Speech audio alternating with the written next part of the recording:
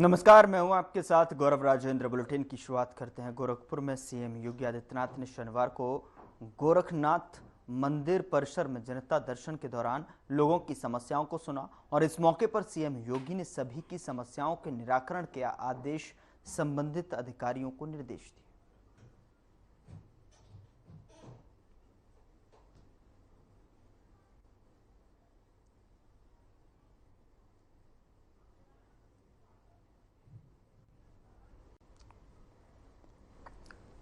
तो सीएम योगी आदित्य ने गोरखनाथ मंदिर परिसर में जनता दर्शन के माध्यम से के दौरान जो है यहाँ आए सभी परिवादियों की समस्याओं को सुना और उनके संबंधित अधिकारियों को त्वरित निराकरण के आदेश दिए।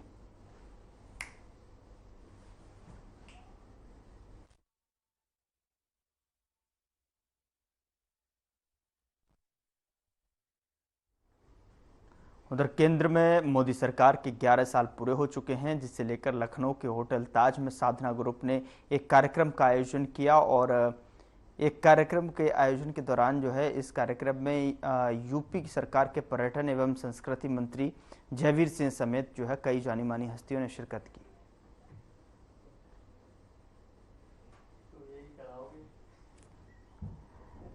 तो केंद्र में मोदी सरकार के 11 साल पूरे होने के चलते जो है ताज होटल लखनऊ में कार्यक्रम का आयोजन किया गया, जहां पर कई गणमान्य लोगों ने जो है शिरकत की। तो आज हम अपने कार्यक्रम की शुरुआत जो है वो शंखना से ही करेंगे।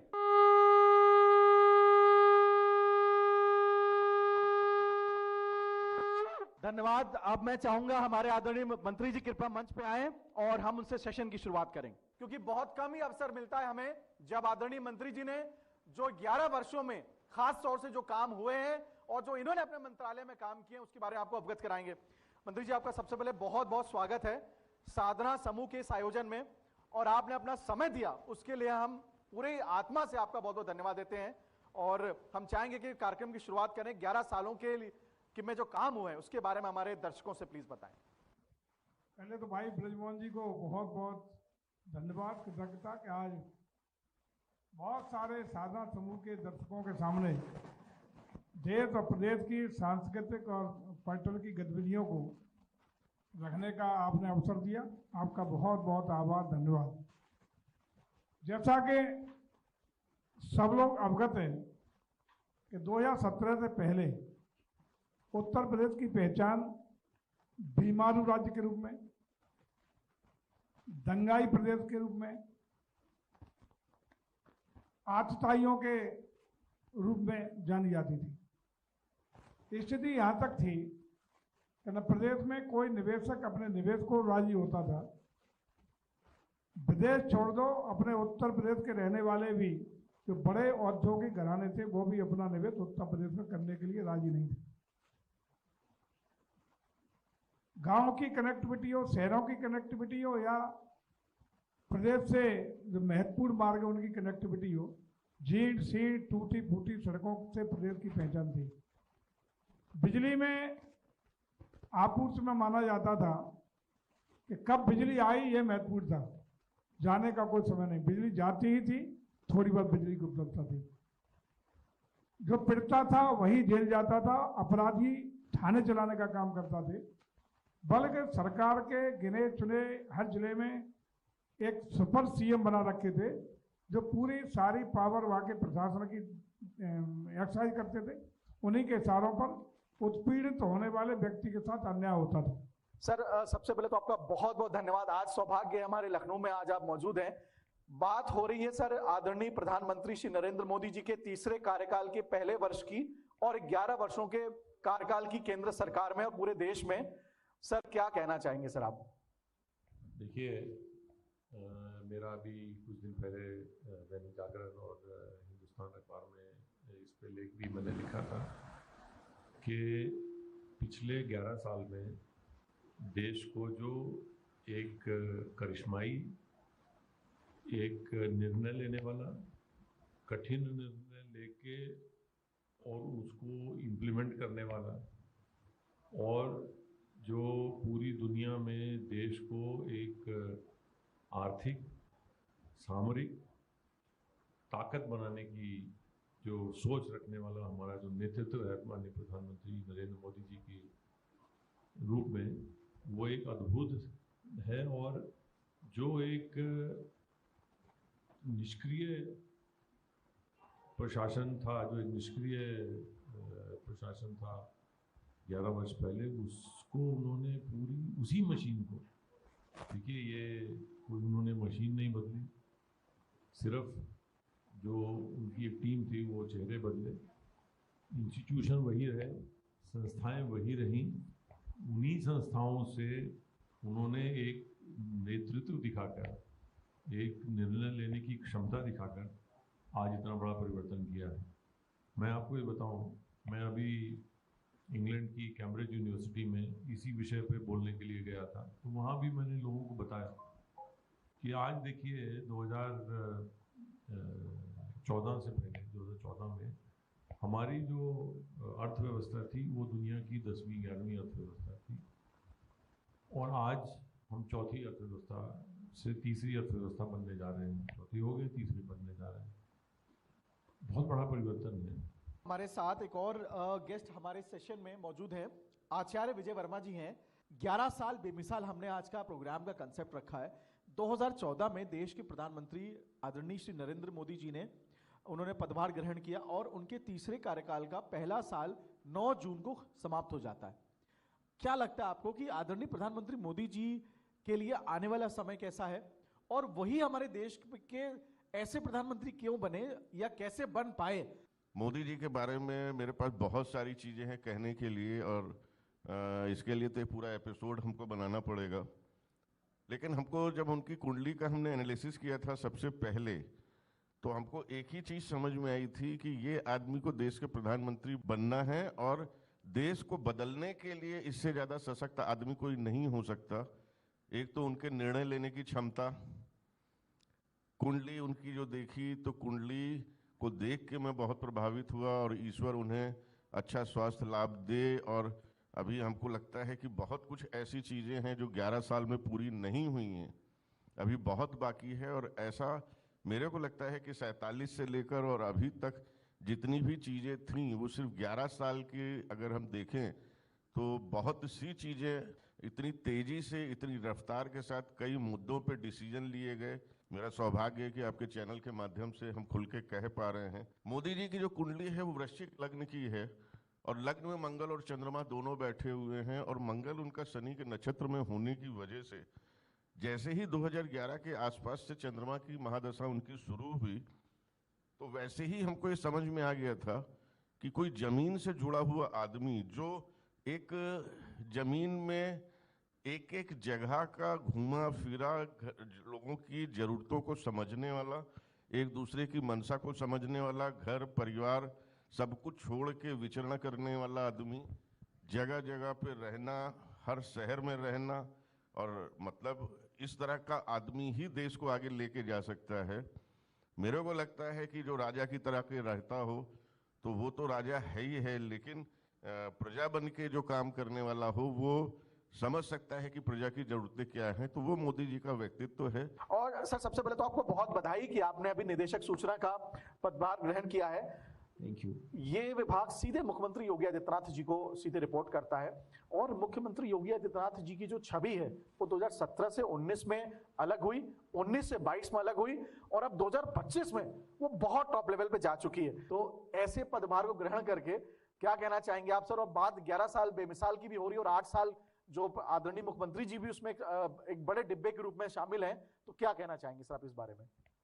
सबसे पहले तो मैं आपके चैनल को और आपको धन्यवाद देता हूँ, आपने मुझे यहाँ बैठकर अपनी बात कहने का मौका दिया। दूसरा, जो सरकार के कार्यकलाप हैं 11 वर्ष और 8 वर्ष के, इस विषय में चूँकि मेरे कार्य का एक अंग है, और मुझे सरकार की योजनाएं, सरकार के द्वारा किए गए कार्य, इनको पब्लिक तक पहुँचाना और उनको जो रियल बेनिफिशियरी है उसका जो आइडेंटिफिकेशन है, वो डिलीवरी है, उस मैकेनिज्म के बारे में लोगों को बताना, ये मेरा कार्य है। और मैं अपने आप को भाग्यशाली मानता हूँ कि इतनी लंबी सेवा के बाद मुझे ऐसी एक जिम्मेदारी दी गई है, जिसके लिए मैं जो फील्ड में मेरे द्वारा किए गए कार्य हैं, जो मेरा अनुभव है, जो मैंने महसूस किया कई बार की जो पॉलिसीज हैं वो कैसे जो एक्चुअल नीडी आदमी है जिसके पास वो पहुंचनी चाहिए वहाँ पहुंचने में जो पॉलिसी में गैप्स होते हैं उनका आइडेंटिफिकेशन संबंधित विभागों द्वारा किया भी जाता है समय समय पर। उनको ठीक करके हम किस प्रकार से सरकार की बात को प्रभावी ढंग से पब्लिक तक पहुंचा सकते हैं, तो ये करने का मौका मिला और मुझे अभी तक का जो अनुभव है काफ़ी अच्छा है और मैं लगता है कि अपनी जिम्मेदारी को पूरी ईमानदारी के साथ निभा पाऊंगा। रमेश सिंह राजा भदौरिया जी, ये बीजेपी के नेता हैं। आज के इस कार्यक्रम में आपका स्वागत है। आज हम 11 साल विकास के मना रहे हैं। ये बहुत बड़ा पर्व है हमारे भारत के लिए, क्योंकि इन 11 सालों में हमने ऐसी ऐतिहासिक डेवलपमेंट्स देखी है जो हम कहीं ना कहीं जिसका इंतज़ार कर रहे थे। और आज की तारीख में बीजेपी एक ऐसा बड़ा पार्टी बन के उभर के आया है जिसने अपना कहीं ना कहीं एक डंका बजाया है। तो आज मैं आपका स्वागत करना चाहूँगी। जी बहुत बहुत धन्यवाद। और मैं साधना न्यूज़ और साधना चैनल को बहुत बहुत धन्यवाद और बधाई देता हूँ इस कार्यक्रम को करने के लिए। और भाजपा की जो बात आप कर रही हैं कि लोगों तक पहुंचने की बात, तो भाजपा अंत्योदय की सोच के साथ ही शुरू हुई थी और उसी पर लगातार कार्य कर रही है। और हमारे नेता मोदी जी वो चूँकि बहुत नीचे से जुड़ के रहे हैं हमेशा से, कोई बहुत बड़े उससे संस्थान से कहीं आए नहीं हैं वो, और जनता को जोड़ के चलना उनकी हॉबी है, उनकी आदत है। तो वो एक एक दर्द और एक एक चीज़ को पहचानते हैं। तो जो जिस चीज़ को फील किया है या जिस चीज़ से गुजरा है वो सबसे अच्छा उस चीज़ का इलाज कर सकता है या उसके लिए सोच सकता है। अगर हम जनता के परेशानियों की बात करें तो जैसे ODF लेके हम लोग चल रहे थे, आज सरकार ने गांव में घर घर शौचालय जो हम लेके आए, सरकार मोदी जी की बहुत बड़ी सोच थी, जो एक सामान्य जनता की जो दिक्कतें थी इस महिलाओं की उसको लेके आगे बढ़े और आज गांव-गांव तक उस चीज़ को पहुंचाया। आम जनमानस की समस्या थी वो, बहू बेटियों की समस्या थी वो। हम गांव से जुड़े हैं क्योंकि हम जानते थे कि अगर सूर्योदय हो गया उसके बाद अगर तबीयत खराब भी है तो कितनी समस्याओं को झेलना पड़ता था। आज उन समस्याओं से लोग नहीं जा पा रहे हैं। और आज हमारे साथ बैठे हैं अमित पाठक जी।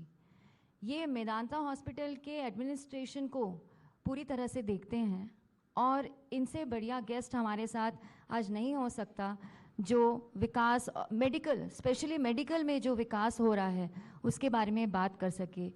इससे पहले कि मैं उनसे कुछ सवालात करूं, मैं चाहती हूं कि वो अपने बारे में कुछ बताएं। नमस्कार, साधना चैनल को बहुत बहुत धन्यवाद मेरी तरफ से, ब्रजमोहन जी को और आपको। मैं एक एविएशन इंडस्ट्री से मैं आता था पहले। जेड एवेज में मैंने 21 साल काम किया और वहाँ पर मैं स्टेशन को हेड करता था लखनऊ को, और जेड एवेज को भी मैंने स्टार्ट किया लखनऊ में। वहाँ पर डॉक्टर त्रेहन से ये प्रेरणा मिली कि मैं हेल्थ इंडस्ट्री ज्वाइन करूं और वहाँ से फिर मैं मेदांता लखनऊ को ज्वाइन किया। अभी 8 साल हो गए हैं और जैसे ही हमने ज्वाइन किया था 17 में, आई थिंक 19 में हम लोग एक भारी समस्या जो कोविड थी उसमें फंस गए थे हम लोग, और उसको somehow we have manage well. मैं उस कोविड पीरियड का इंचार्ज था, एडमिशन इंचार्ज था, तो उस कोविड पीरियड को मैंने जिया है और मैं जानता हूँ उस त्रासदी को हम लोगों ने किस तरीके से सामना किया और आज हम लोग बेटर स्थिति में खड़े हुए हैं।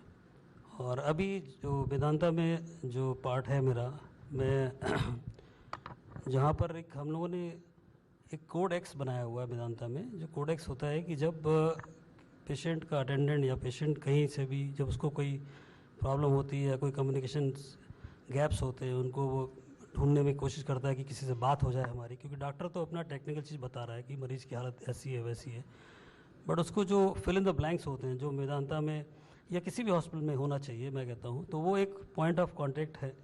वो है मेरा एक छोटा सा ऑफिस है जहाँ पर एवरीबडी इज़ वेलकम्ड। वहाँ पर मैं हर चीज़ उनको ब्रीफ करता हूँ, मेडिकली नॉन मेडिकली जो भी मदद होती है मैं करता हूँ। I think that gives a real impact in the market की वेदांता इज़ डूइंग गुड। सो मुझे लगता है हर हॉस्पिटल में, चाहे वो गवर्नमेंट हॉस्पिटल हो चाहे प्राइवेट हॉस्पिटल हो, एक पॉइंट ऑफ कांटेक्ट होना चाहिए, एक रिसीविंग डेस्क होनी चाहिए जहाँ पर जब भी मरीज़ आता है और जब मरीज़ जाता है, दोनों जगह पर उनको सही तरीके से वो touch point has to be well managed. Gaur Prakash ji, आप 11 साल बेमिसाल के ऊपर आपकी मैं चाहूंगा राय, और कृपया संक्षिप्त में आप अपनी बात को रखें please. Respected ma'am, respected elders, respected people from the government, it's an honor that we are seeing an India which starts leading from the front. From strategic restraints to strategic retaliation is today's mantra. I think this is unheard. सुनने को नहीं मिला कि आज की तारीख में the world diaspora is with us.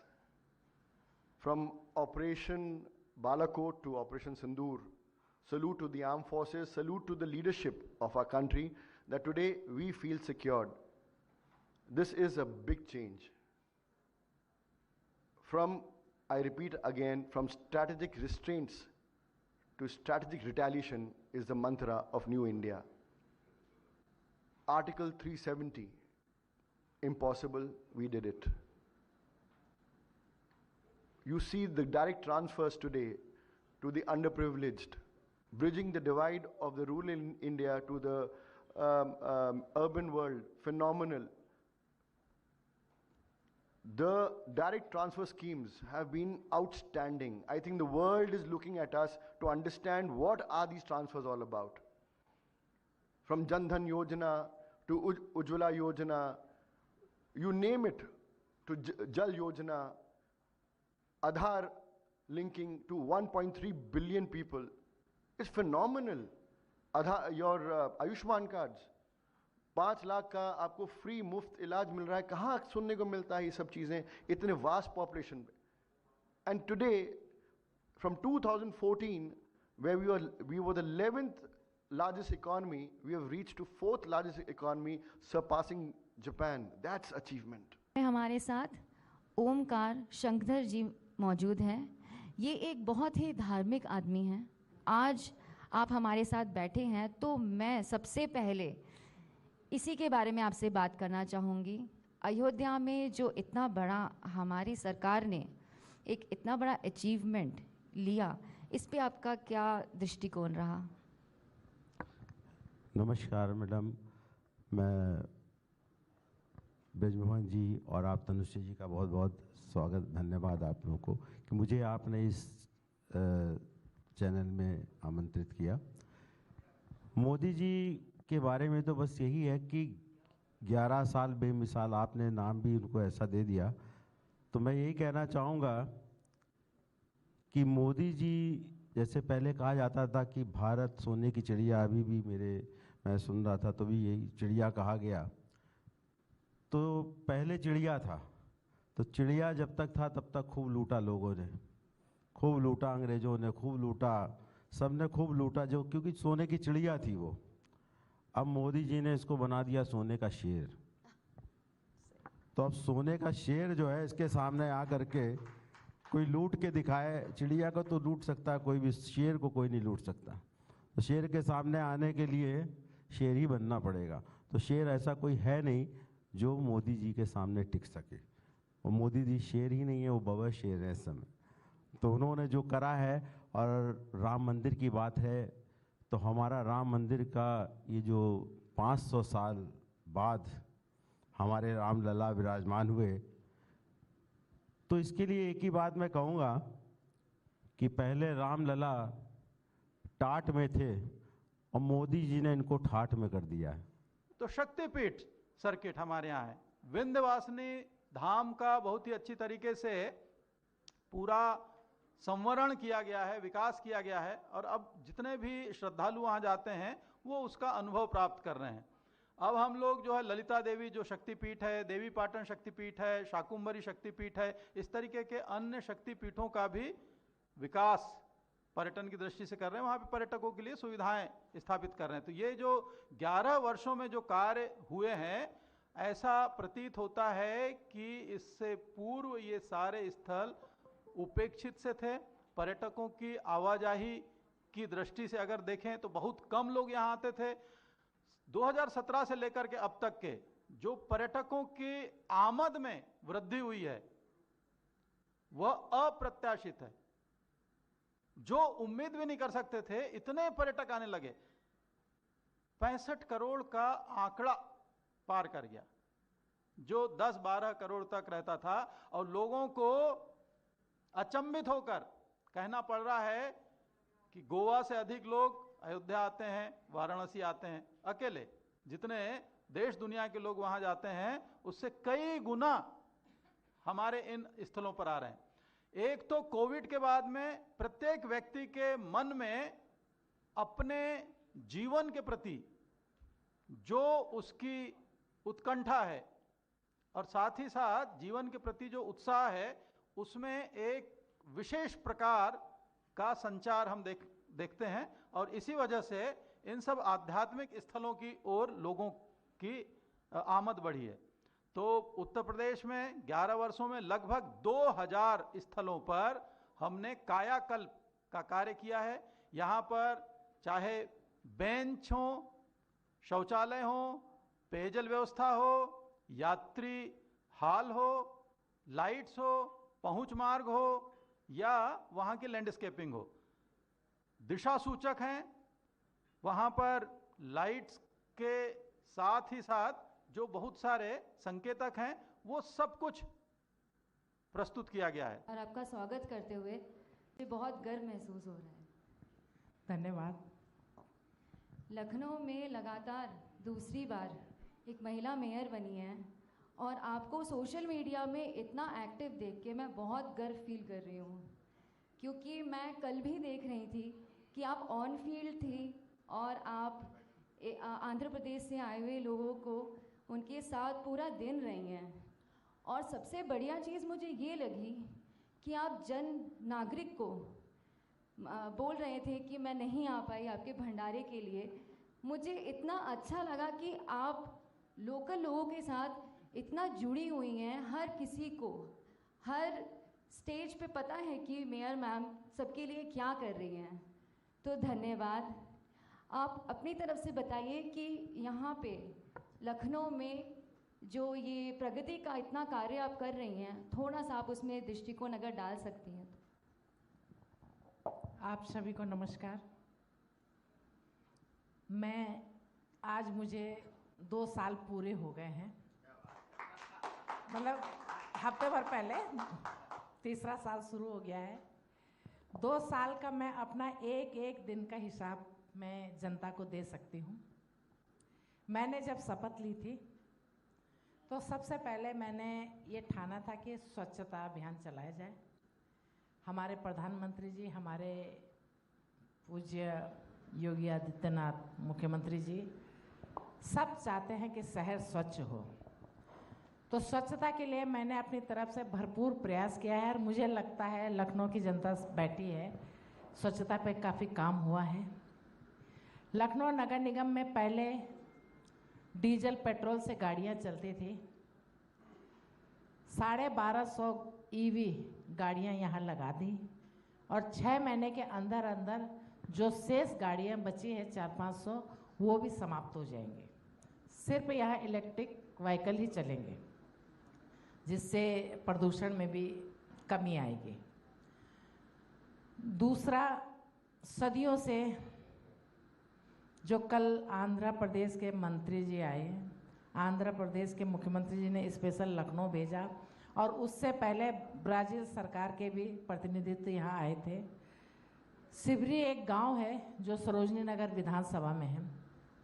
उस गांव में 4-5 दशक से कूड़ा डंप हो रहा था। कोई विकल्प नहीं था कि हम कूड़े को यहाँ से सफाई हटाएं या कैसे करें। लंबे बड़े बड़े पहाड़ बन गए थे और जब कभी बारिश होती थी उन पहाड़ों में पानी गिरता था, कूड़ा सड़ता था, लीचड़ पैदा होता था। आसपास खेती भी है, वो अगर उस आसपास की खेती से सब्जी अगर मेरे किचन में आ रही है तो मेरे किचन में जहर आ रहा है। उस पे मैंने विशेष ध्यान दिया। इसमें मेरे पूर्व नगर आयुक्त इंद्रजीत सिंह का भी बड़ा सहयोग रहा, बड़ी मेहनत की उन्होंने भी। मैंने भी दिन रात इसको एक करके हमने सिवरी में प्लांट लगाया है और आज वो कूड़ा 12 लाख मेट्रिक टन रह गया है, बाकी पूरा समाप्त हो गया है।